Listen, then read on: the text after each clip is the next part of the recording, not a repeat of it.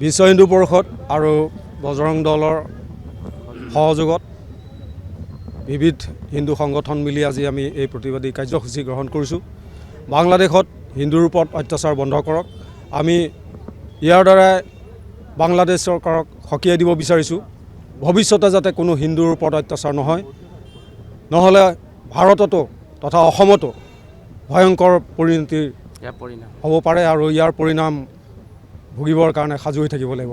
যিহেতুকে আজি ভাৰতৰ সকলো হিন্দু সংগঠন এক হৈছে, সকলো হিন্দু এক হৈ আজি আমি প্ৰতিবাদ কৰিবলৈ আহিছোঁ যে ভৱিষ্যতে যাতে বাংলাদেশত হিন্দুৰ ওপৰত অত্যাচাৰ নহয়, নহ'লে ইয়াৰ পৰিণাম অসমত বা ভাৰততো তেওঁলোক ভুগিবলৈ সাজু থাকক। ধন্যবাদ।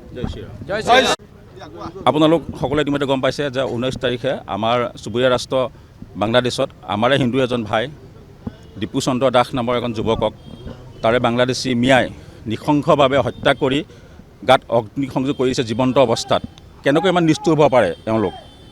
এবাৰ আপোনালোকে ভাবি চাওকচোন, সেই ঘৰখনৰ অৱস্থা কি হৈছে। যেই জন্ম দিয়া মাগৰাকীলৈ এবাৰ ভাবি চাওকচোন, ভাবিলে বুকু কঁপি উঠে।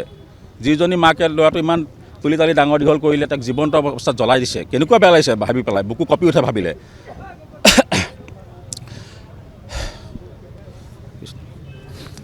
আৰু এটা কথা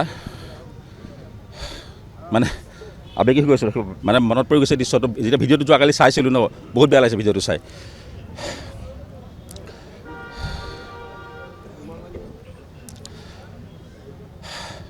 এটা সময়ত পাকিস্তানী যি সেনা আছিলে, পাকিস্তানী সেনাই বাংলাদেশৰ জাতিটোক 1 লাখ ওপৰত মহিলা ধৰ্ষণ কৰি হত্যা কৰিছিলে।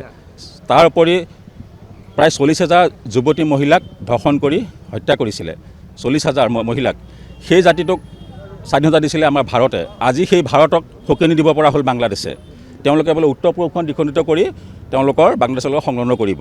ভিক্ষাৰী জাত, তহঁতে খাবলৈ নোপোৱা, তহঁতে খাবলৈ নাই চালা, তহঁতে চোৰৰ দৰে আমাৰ ভাৰতত প্ৰৱেশ কৰক, কাটাতাৰ পাৰ হৈ আহি ইয়াত চৰ মাটি দখল কৰ, তহঁতে ইয়াত আমাক ভাবুকি দিয়। তহঁতে সেইটো শক্তি হোৱা নাই যে আমাৰ ভাৰতৰ লগত তহঁতে ফেৰ মাৰিবি।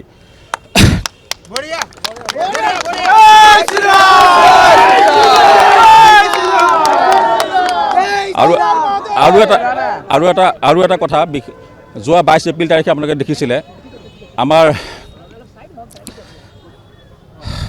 কাশ্মীৰত যিটো ঘটনা হৈছিলে, 26জন আমাৰ হিন্দু গুলীয়াই মাৰিছিলে। তেওঁলোকক এইটো সোধা নাছিলে যে তোমালোক বিজেপি নে তোমালোক কংগ্ৰেছ নে কোনোবা ৰাজনীতিৰ লগত জড়িত। তেওঁলোকক কি বুলি গুলীয়াইছিলে যে তোমালোক হিন্দু।